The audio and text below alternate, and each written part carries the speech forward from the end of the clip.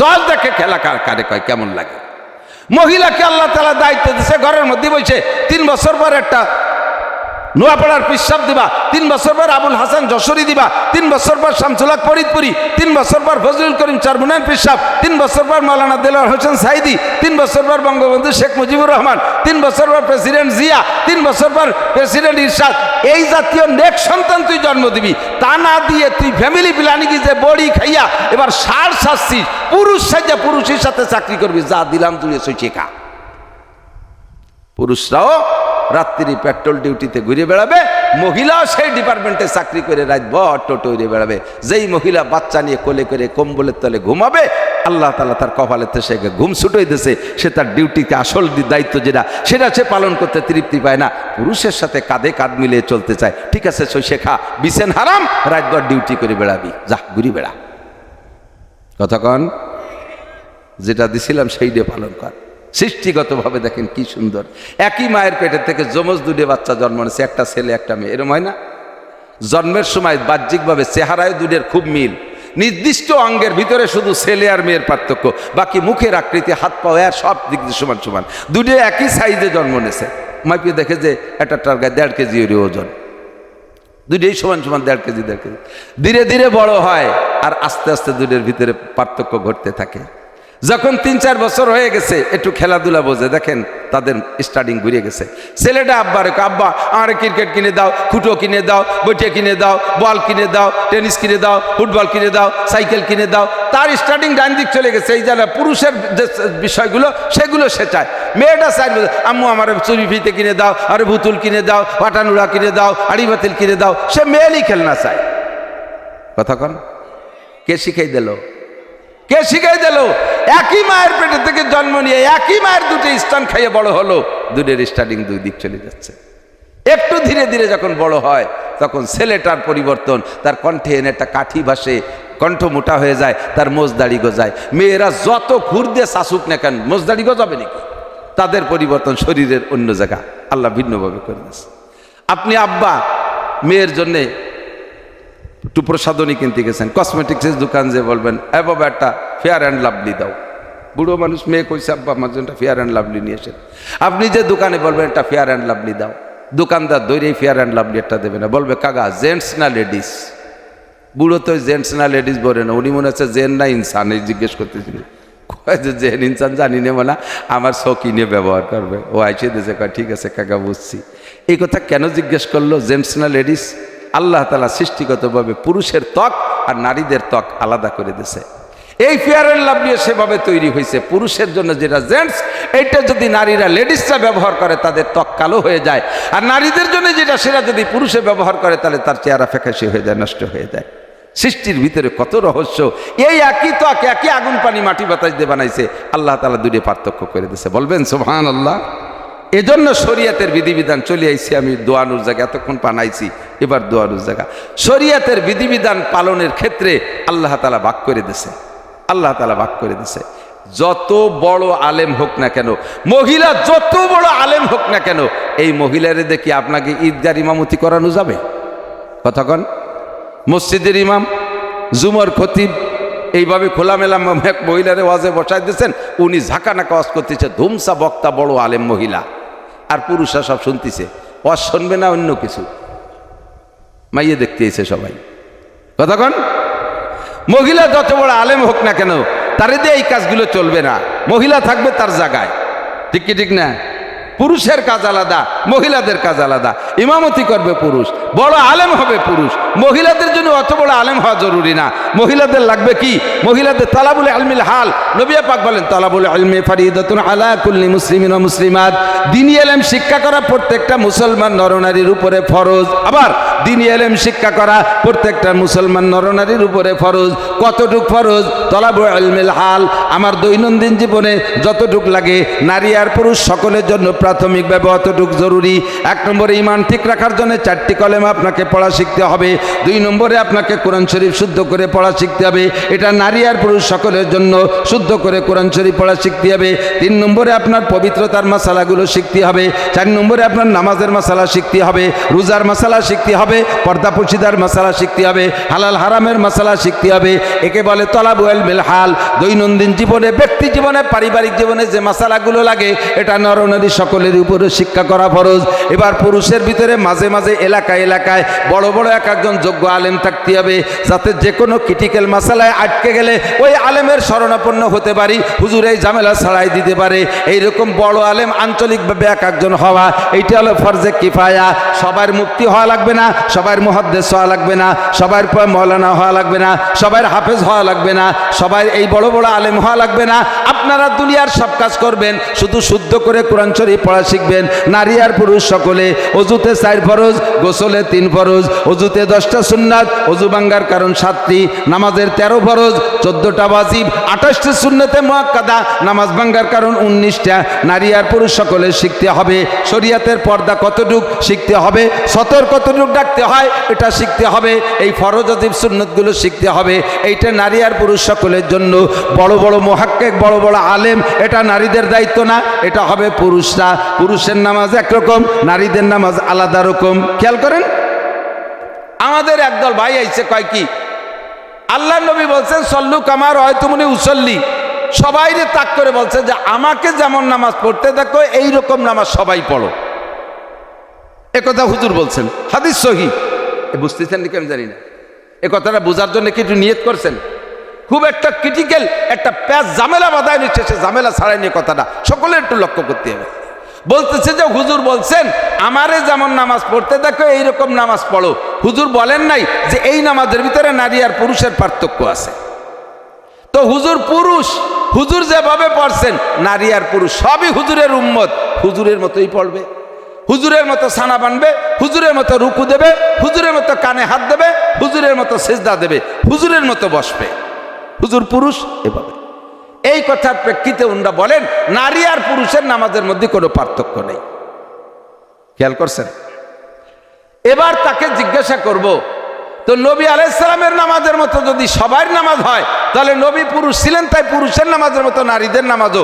এই কথায় যদি তুমি দাবিতে তুমি সত্যবাদী হও, তাহলে নবী আলাইহিস সালাম মসজিদে ইমামতি করতো, তোমার বউটা ভালো হুজুর, তাই তোমার বউরে ইমাম বানায় দাও। না তাই হয় নাকি? সেই সময় কথা না হয়ে চলে গেছে। সে সময় তুমি পার্থক্য করো কে? নবী তো কয়ে যায়নি যে মহিলারা ইমামতি করবা না। আমার নামাজের মতো আমি মসজিদে ইমামতি করছি, আমার মতো মহিলারা ইমামতি করবে। কোন মসজিদের ইমাম যদি মহিলারে বানায় দেয়, স্থায়ী একজনে আমাকে এক বক্তারে জিজ্ঞেস করছে, এক অফিসার, এক মানে এই ব্যারাকের এক মহিলা বড় অফিসার, ওই বয়ান শুনে ফোন করে দাওয়াত করে নিয়ে খাতি দিছে। দাওয়াতের দিন আবার বড় 4 অফিসার এনেছে, ডিসি সাহেবের দাওয়াত দিছে, টিওনো সাহেবের দাওয়াত দিছে, ওসি সাহেবের দাওয়াত দিছে, আর এসপি সাহেবের দাওয়াত দিছে, জেলার বড় 4 অফিসারের দাওয়াত দিছে, থানা জেলা জড়াইয়ে, আর হুজুরের দাওয়াত দিছে। খাওয়ানোর আগে টেবিলে খানা দিয়ে মহিলা পর্দার আড়াতে বলছে, হুজুর গত 3 দিন আগে আপনার বয়ান শুনে পাগল হয়ে গেছি, শেষে আপনার দাওয়াত না দিয়ে পারি নেই। তো খাইতে আসছেন, খানা দানা সব রেডি, খাওয়ার আগে না পরে আমার কয়েকটা প্রশ্ন আছে, কি করবো নাকি হুজুর? তো এই প্রশ্ন যদি কয়, তাহলে এই প্রশ্ন মাথায় উনি করবে, আর কি না কি আটকায় ফেলে নাকি, এই টেনশন থাকলে কি খাওয়া ভালো হবে? হুজুর কয় যে আগে প্রশ্ন করেন, ছাড়াই পড়াই একবারে খাতি বসি। তো বলতেছে হুজুর 1 নম্বর প্রশ্ন হলো, নারী পুরুষ সকলেরই দ্বীনি ইলম শিক্ষা করা ফরজ। তো পুরুষরাও শিখলো, নারীরাও শিখলো। তো পুরুষও যে পরিমাণ লেখাপড়া জানছে, নারীরাও সেই পরিমাণ একজন বড় আলেম, একজন মহিলা বড় আলেমা হয়ে গেছে। তো পুরুষটা মসজিদে ইমামতি করতে পারে, সে রেগুলার ইমামতি করে, একজন মহিলা কেন ইমামতি করতে পারবে না? অসুবিধা কি? সে বড় আলেম, কোরআন শরীফ শুদ্ধ করে পড়তে পারে। এই কইলে ওই 4 অফিসার কান খাড়া আছে, ঠিক হুজুর, উত্তর না দিয়ে খাতি দেবো না রে। এত বড় 4 অফিসারের মধ্যে ব্যারাকের বড় অফিসার ফোন করছে, মহিলা অফিসার আটকায় ফেলাইছে, ওটা 5 জন তো এক দলে। হুজুর একা ছাড়াই যে, হুজুর কয় কি জন্য আল্লাহ মহিলাকে মসজিদের ইমামতি হতে দেয়নি, তা আমি আল্লাহর কাছে শুনি নেই। চলিয়েন হাসরের মাঠে একসাথে শুনি বানি, তবে আমার যেটুক বুঝে আসে তা কব নাকি? কয় কি যে পুরুষরা তো মাসে 30 দিন ইমামতি করে মসজিদে, 30 দিন ইমামতি করে না ইমাম সাহেব, সারা বছর ইমামতি করতে পারে তো।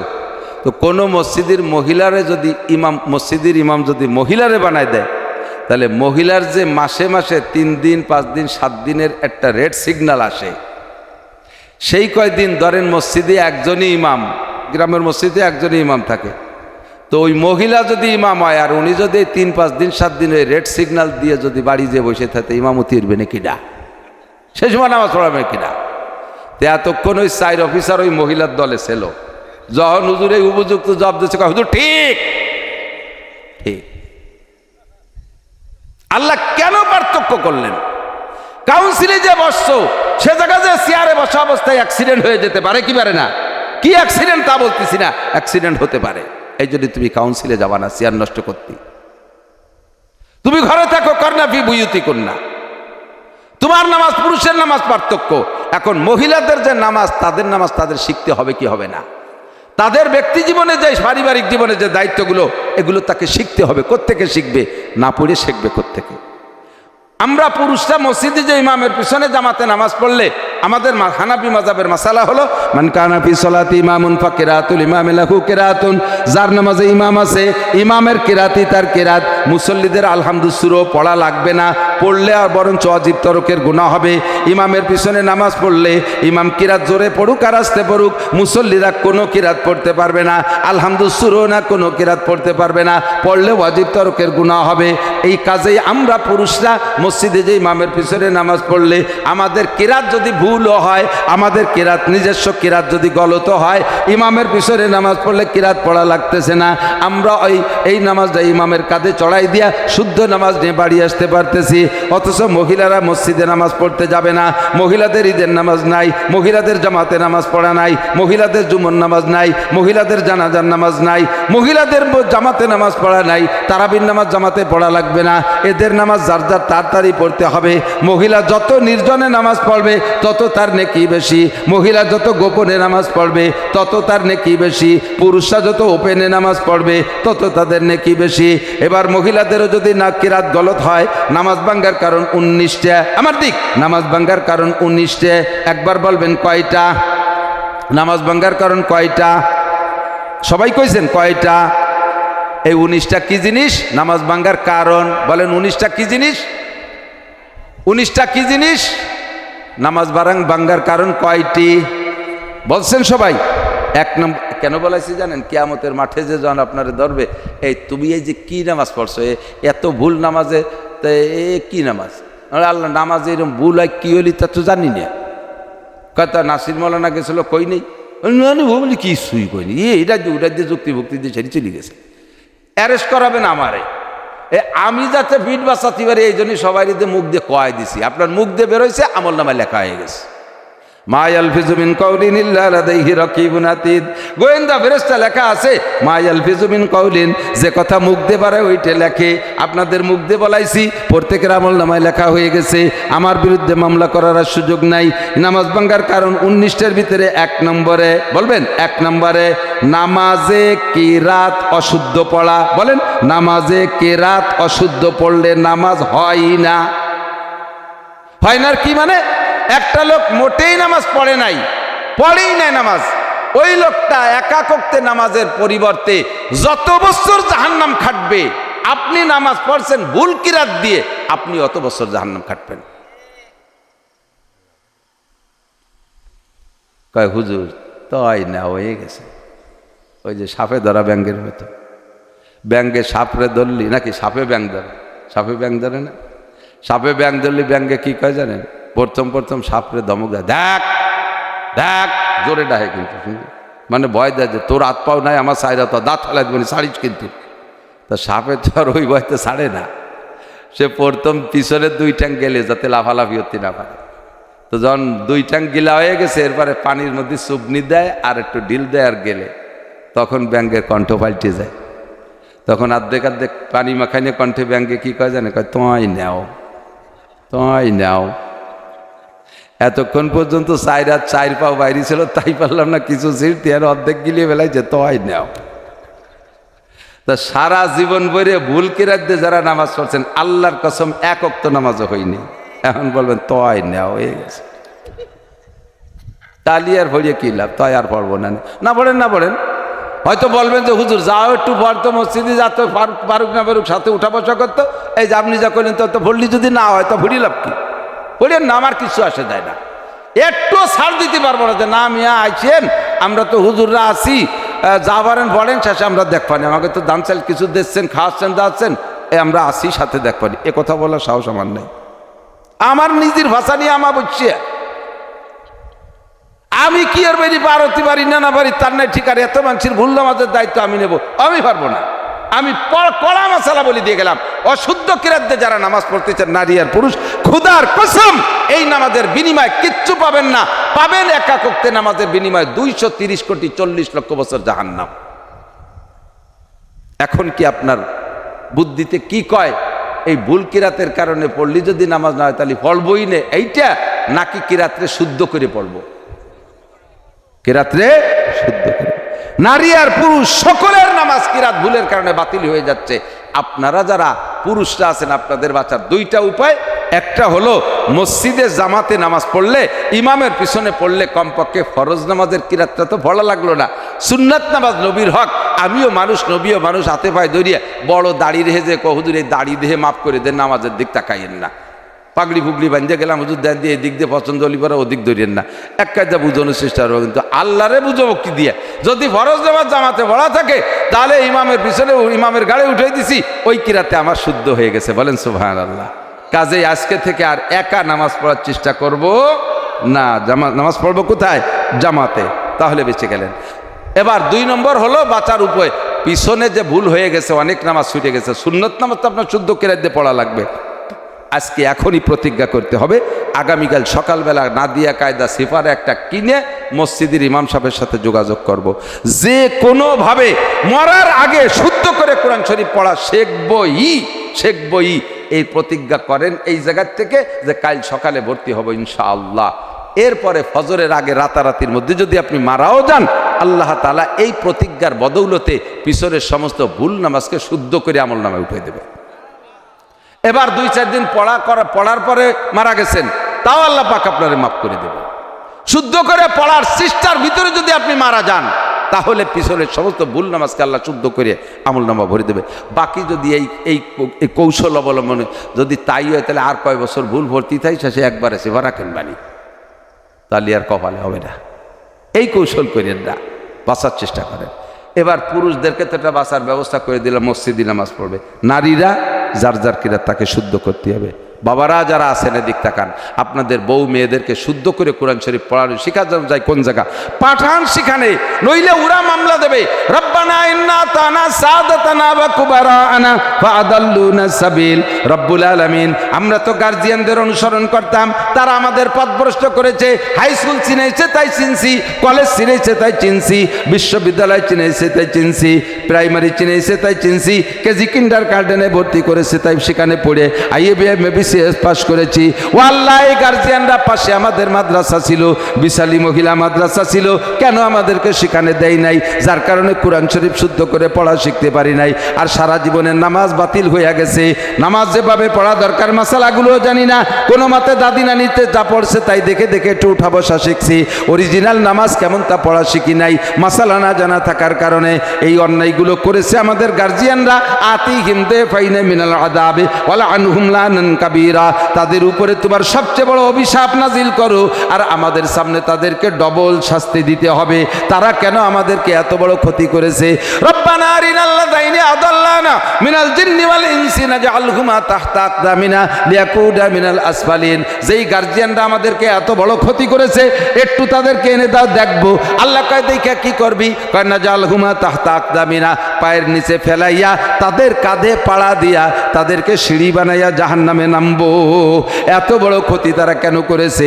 আইএবিএমে বিসিএস পাস করাইলো, ইংলিশ মিডিয়ামে পড়াইলো, এইভাবে ম্যাট্রিক পাস করাইলো, আইএ পাস করাইলো, কেন মাদ্রাসায় পাঠায় আমাকে কোরআন পড়াইলো না? এই আব্বা আমাকে অ্যারেস্ট করো। বাঁচতে যদি চান, তাদের মামলার হাত থেকে যদি বাঁচতে চান, ও বাপ, আর আদর্শ মা গড়ার কারখানা কোথাও নাই। স্কুল কলেজে পড়া আমি বাধা দিচ্ছি না, সেই ব্যবস্থা নাই, সেই পরিপাটি ব্যবস্থা নেই। এই 28 জায়গা পাস না, চুপ করে ভাই, সেই ব্যবস্থা নাই। স্কুলে মাতৃত্বর শিক্ষা নেই, স্কুলে মেয়েদেরকে, কলেজে মেয়েদেরকে আরো পুরুষত্বর শিক্ষা দিচ্ছে। শার্ট পরো, প্যান্ট পরো, শার্ট পরো, মেয়েরা প্যান্ট পরো, পুরুষের সাথে এক কাতারে ঘোরাফেরা করো। পুরুষে সিগারেট খায়, কলেজের মাইয়েরাও খায়, খায় কি খায় না? পুরুষের যে কাটিং এর চুল, মেয়েদের সেই কাটিং চুল। নারীত্বের শিক্ষা, আদর্শ মা হওয়ার শিক্ষা সেখানে নেই। আদর্শ মা হওয়ার শিক্ষা মাদারেসে দিনিয়া কওমিয়া, মেয়েদেরকে প্রাথমিক শিক্ষা কোরআন শরীফ। তবে মহিলাদের মাওলানা, মুফতি, মুহাদ্দিস হইতে হবে কোনো দরকার নাই, কোনো দরকার নাই। কারণ মহিলা মাওলানা হইয়া সে তো কোনো জায়গা ওয়াজ করবে না, সে তো মসজিদ ইমামতি করবে না, সে ঈদগাহ ইমামতি করবে না, জানাজার ইমামতি করবে না। তার ফতোয়ারও দরকার নাই, ফতোয়া দেওয়ার জন্য যথেষ্ট পুরুষ আছে। মহিলাদের কোরআন শরীফ শুদ্ধ করে শিক্ষা, হাফেজা বানাইলে বানাইতে পারেন। আর প্রাথমিক শিক্ষা যতটুকু তার জীবনযাপনের মাসালা লাগে, এই মাসালা পর্যন্ত কমপক্ষে শিক্ষা দেওয়া প্রত্যেকটা গার্জিয়ানের জন্য ফরজ, আর তাদেরও শিক্ষা করা ফরজ। এই পাশে যে মহিলা মাদ্রাসা পেয়েছেন, বিশালী মাদ্রাসা, 140 জনের মতো নাকি ছাত্রী হয়ে গেছে। আমার দাবি জায়গা আরও বাড়াই দিয়ে বড় করে ঘর করে প্রত্যেক বাড়ির থেকে মেয়েদেরকে প্রাথমিক শিক্ষাটা ওখান থেকে দেন। নুরানিতে খুব সুন্দর পড়ায়, 3 বছর পড়াইলে হাতের লেখা বাংলা, ইংরেজি, আরবি, অঙ্ক এত ফার্স্ট ক্লাস হয় যে 3 বছরে কেজি, কিন্ডারগার্টেন, বাংলাদেশ সম্পূর্ণ চ্যালেঞ্জ। কোনো প্রাথমিক শিক্ষায় এই 3 বছরে এত সুন্দর শিক্ষা দিতে পারবে না। আরবি লেখে মেয়েরা, আমরা মুহাদ্দিস হয়ে তাদের মতো অত সুন্দর আরবি লিখতে পারি না। ইংলিশ তারা এই 3 বছরে এত সুন্দর লেখা শেখে, আপনার কলেজের ছেলে মেয়েরা তাদের সাথে লিখে পারবে না। বাংলা এত সুন্দর লেখে, মাস্টাররাও লিখে পারবে না তাদের সাথে। আবার 60টি মাসালা, 60টি হাদিস, 40টি হাদিস তর্জমা সহ, নামাজের 60টি মাসালা, অজু গোসলের সব মাসালা, পয় পরিষ্কারের সব মাসালা, পবিত্রতার সব মাসালা, শুদ্ধ করে কোরআন শিক্ষা সব হচ্ছে। সাথে আবার জেনারেলও ক্লাস 3-4 পর্যন্ত লেখাপড়া হচ্ছে। মাদ্রাসাটাকে জিন্দা রাখার চেষ্টা করবেন, সহযোগিতা করবেন, মাদ্রাসাটা বড় করবেন। প্রত্যেকটা মসজিদ মহল্লায়, মসজিদি মহল্লায় যারা আছেন সবাই জামাতে নামাজ পড়বো আজকের থেকে, নিয়ত আছে না ইনশাআল্লাহ? নামাজ পড়বো কোন জায়গা? জামাতের সাথে। ভাষাগত ত্রুটি বিচ্যুতি মার্জনীয়, খুব দোয়া করবেন। আর এই ইরিধান আসতেছে আপনাদের বাড়িতে, ইরিধান আসতেছে, বহুত মাদ্রাসাওয়ালারা আসবে, তালবে আলিমরা আসবে। আল্লাহ তাআলা ফাঁকে ফাঁকে আপনাকে ট্রাই করার জন্য বস্তা দিয়ে ফেরেশতাকে তালবে আলিম সাজায় পাঠাবে, দেখি কি আচরণ করে। যদি আপনি হুজুরকে পর খেপে যান, ও হুজুর ভোট দেছো কারে, যাও তার বাড়ি দান আনতি, এই কয়ে যদি এটা বেক্সি মারেন, এই যেই হুজুরে বেস্কিটা মারছেন ওই হুজুরটা জিব্রাইল আর মিকাইল, আল্লাহর কাছে যে রিপোর্ট দেবে, আল্লাহ শুনলে কি করো? আল্লাহ কাইসা মিকাইল আলাইহিস সালাম বলো, যাতে এক জাক ম্যাগ নিয়ে 2-3 মিনিট শিল মারি দাও এলাকায়, গোষ্ঠী শুদ্ধ সোজা। কাজেই হুজুর গিয়ার তালবে আলিমরে দেখাই দিয়েন না, ধান এখনো মাঠে, শিল আকাশে, আছে না নাই? কয় যে উঠোই ফেলাইছি, আর মারবে কিভাবে? এরপরও মারার জায়গা আছে। সামান্য 1 বিঘের জায়গা নিয়ে গ্যাঞ্জাম লাগাইয়ে খুনোখুনি কুপাকুপি বাধাই দেবে, দান বেছে পুলিশ, দারোগা, উকিল, মুক্তাররে খাওয়াবেন, কয়বা বেটা পলায় বেড়াবেন। এই ব্যবস্থা আল্লাহর হাতে আছে না নাই?